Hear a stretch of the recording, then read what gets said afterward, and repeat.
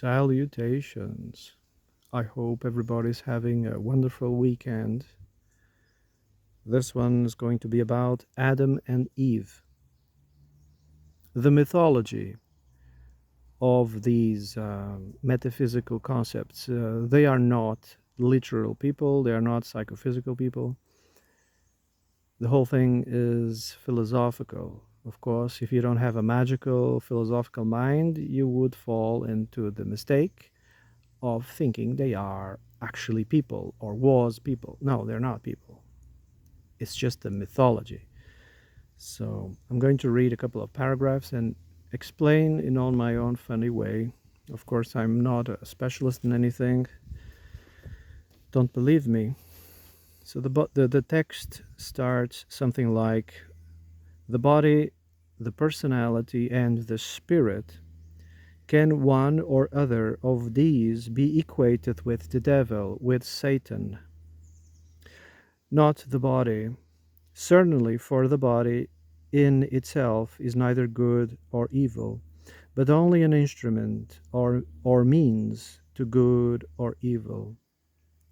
Not the spirit, the intellect, the synthesis, the agathos daemon, the absolute, the monad, the spiritus sanctum.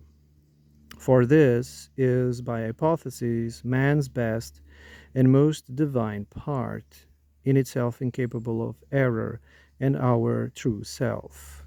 There remains only this personality which all must hate at some point, who would be Christ's disciples, and which, as St. Paul reminds us, the Word of God is like a two-edged sword that severs the spirit from the personality. A personality which St. Paul must have lost or tamed or disciplined to be able to say truly that I live, yet not I, but Christ in me, announcing like Monsieur his own theosis. Okay, so we quickly mentioned the Trinity here, the triad that composes the self. We start with matter or the mother. Yes.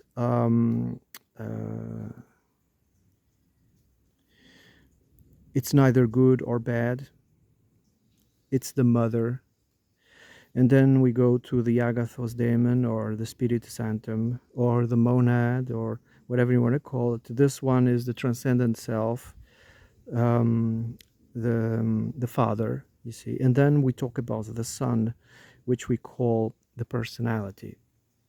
So the Father, the Mother, and the Son are a triad that compose the personality.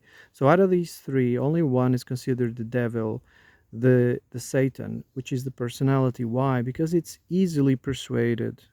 And if you don't control it, it will, make your life a living hell. Hatred, envy, excess, all of those things come from the personality. So let us continue.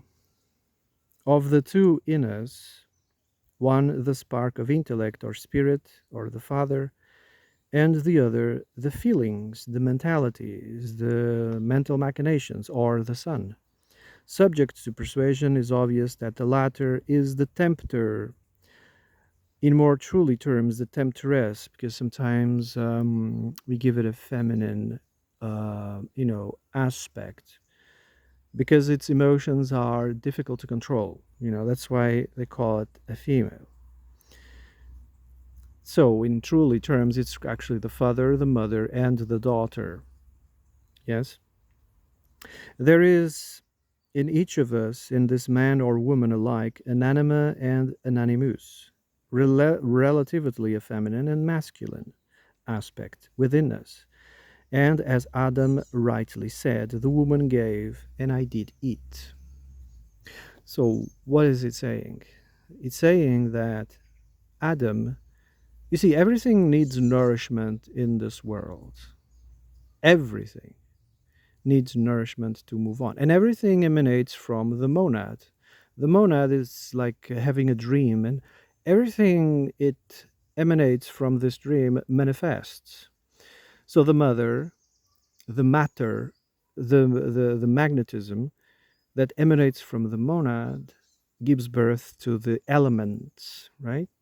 The material, the matter, the mother, Mother Earth, Gaia, Hecate. It gives birth to the material. The material plus the monad gives birth to the son or daughter, right?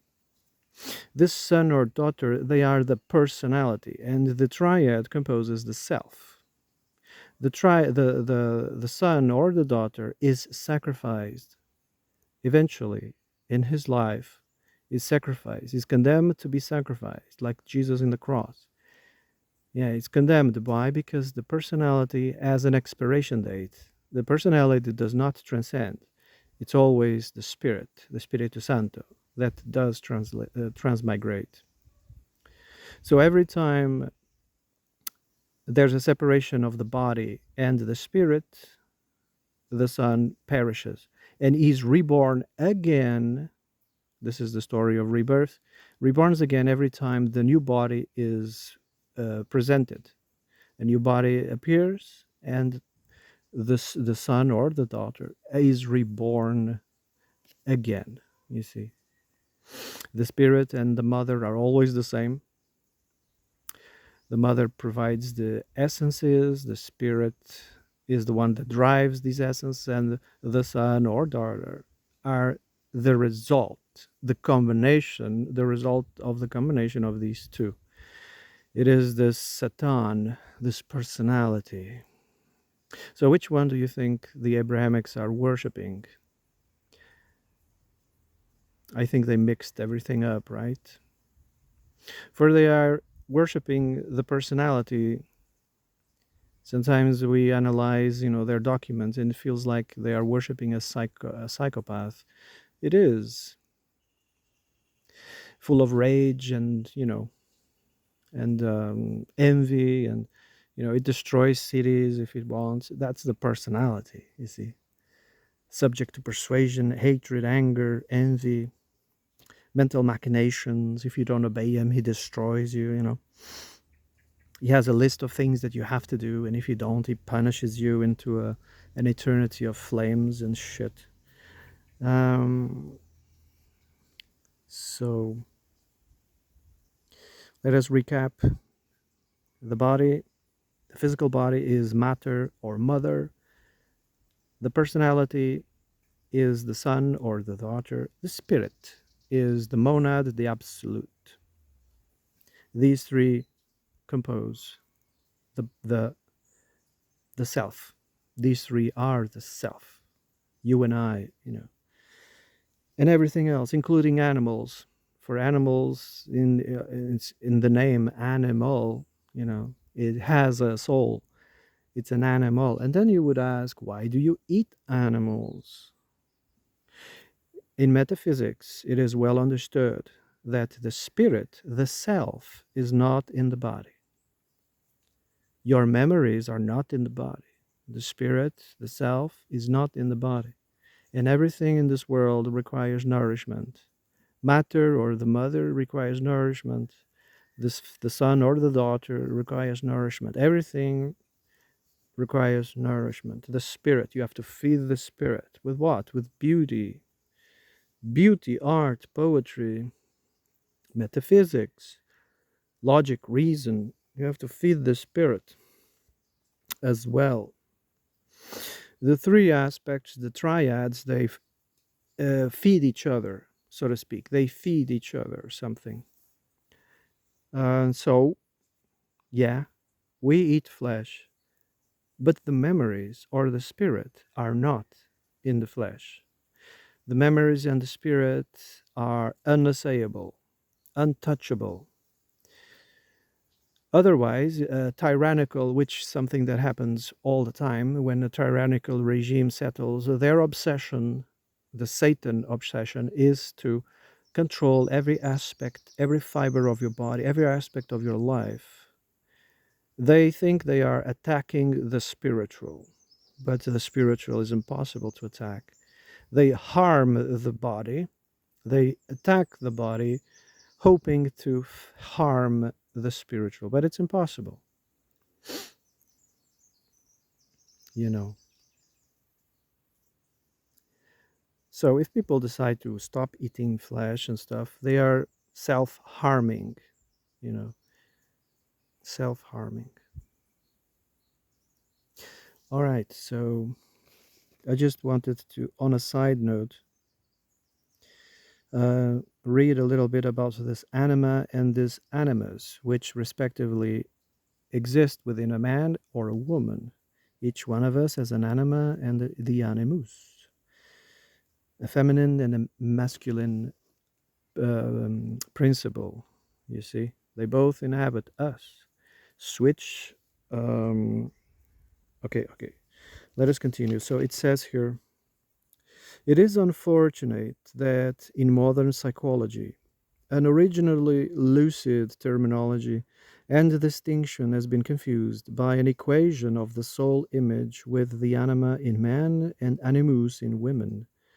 The terms are even more misused by this author in the book Mind and Heart of Love. Traditionally, anima and animus are anima is the personality and animus is the spirit, equally in every man and in every woman, you see. So William of Thierry speaks of the animus vel spiritus.